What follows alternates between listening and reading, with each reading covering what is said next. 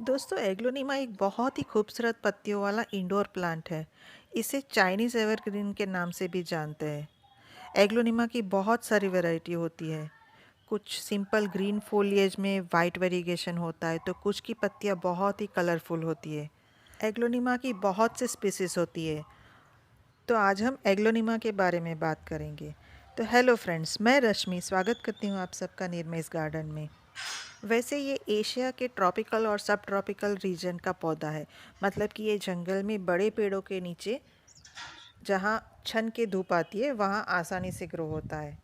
जहाँ उसे ह्यूमिड और स्लाइटली वार्म वेदर मिलता है तो वो वहाँ बहुत अच्छे से ग्रो होता है। मतलब कि 15 से 30 डिग्री तक का टेम्परेचर इससे काफ़ी सूट होता है। अब अगर मिट्टी की बात करें तो वैसे तो हर प्लांट को वेल ड्रेन सॉइल ही चाहिए ताकि उसकी जड़ उसमें आसानी से ग्रो हो सके। अगर पॉट में ज़्यादा देर पानी खड़ा रहता है तो ज़्यादा पानी की वजह से रूट में फंगस का अटैक होता है और रूट रॉट का खतरा रहता है। तो वेल ड्रेन सॉइल के लिए आप 1 part garden soil, 1 part vermi compost, 1 part river sand और 1 पार्ट राइस हस्क और उसके साथ नीम खली और बोन मील ऐड करें ताकि आपकी सॉइल अच्छी भुरभुरी और न्यूट्रिएंट रिच बनेगी। क्योंकि इस प्लांट की रौनक उसकी पत्तियों से होती है और पत्तियों की ग्रोथ के लिए नाइट्रोजन रिच फर्टिलाइज़र देना चाहिए। तो हमने जो मिट्टी बनाई है उसमें तो हमने वर्मी कंपोस्ट डाला ही है। उसके अलावा साल में 2 से 3 बार हमें उसे नाइट्रोजन रिच लिक्विड फर्टिलाइज़र देना चाहिए। जैसे कि वर्मी कंपोस्ट टी है या फिर टी कंपोस्ट है।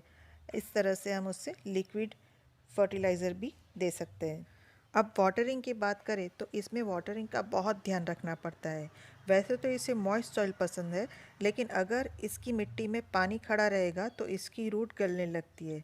तो जब तक ऊपर की 1 इंच तक की लेयर ड्राई हो तभी आप उसमें पानी दीजिए। इसकी लोकेशन की बात करें तो इसे इनडायरेक्ट ब्राइट लाइट चाहिए, यानी कि जहाँ पे छन के धूप आती है वहाँ रखें तो ये आसानी से चलेगा। इसे डायरेक्ट धूप बिल्कुल पसंद नहीं है। अगर इसे डायरेक्ट धूप में रखेंगे तो इसकी पत्तियाँ जल जाएगी।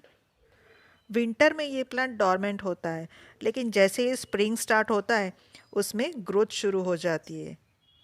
लेकिन जब टेम्परेचर 35 डिग्री के ऊपर चला जाता है तब आप उसमें रोज़ सुबह और शाम दोनों टाइम आप उस पर मिस्टिंग करो ताकि उसके आसपास नमी बनी रहे। वैसे भी एग्लोनिमा को मिस्टिंग बहुत पसंद है।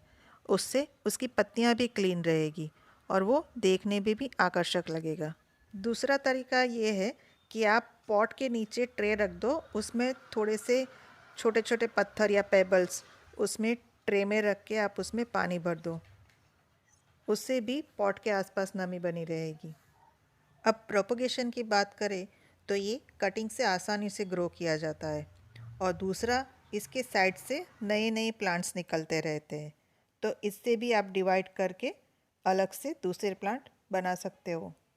तो उम्मीद है आपको वीडियो पसंद आया होगा। अगर वीडियो पसंद आया है तो प्लीज़ लाइक कीजिए और मेरे चैनल को सब्सक्राइब करके मुझे सपोर्ट कीजिए। Thank you.